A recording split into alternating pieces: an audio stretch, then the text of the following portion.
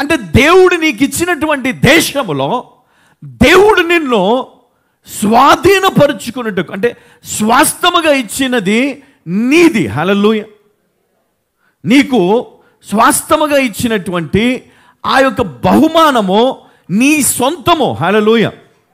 దేవుడు నిన్ను అక్కడ ఆశీర్వదిస్తున్నాడు. ఇదిగో నీ సొంత ప్లేస్లో, నీ సొంత స్థలంలో నువ్వు ఆశీర్వదించబడలేవు. అందుకనే ఆయన చెప్పాడు, ఇదిగో పాలు తేనెలు ప్రవహించే దేశాన్ని నేను నడిపిస్తాను అన్నాడు. నేను చెప్తున్నాను, ప్రతి ఒక్కరిని కూడా దేవుడు గొప్పగా ఆశీర్వదించబోతా ఉన్నాడు. హల్లెలూయా. గొప్పగా స్థాపించబోతా ఉన్నాడు. గొప్పగా ఈ స్థలమందు మీ అందరిని కూడా దేవుడు గొప్పగా ఆశీర్వదించే దేవుడు. కాబట్టి మన విశ్వాసమును మనం బలపరచుకోవాలా. మనకున్నటువంటి అపనమ్మిక నుండి మనం బయటికి రావాలా.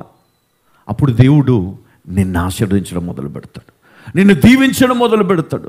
నీ చింత యావత్తు ఆయన పైన వెయ్యమన్నాడు ఆయన. అందుకనే నువ్వు ఈరోజు నిబ్బరం కలిగి ఉండకు, బాధపడద్దు. చింతపడడం మానేయాలా,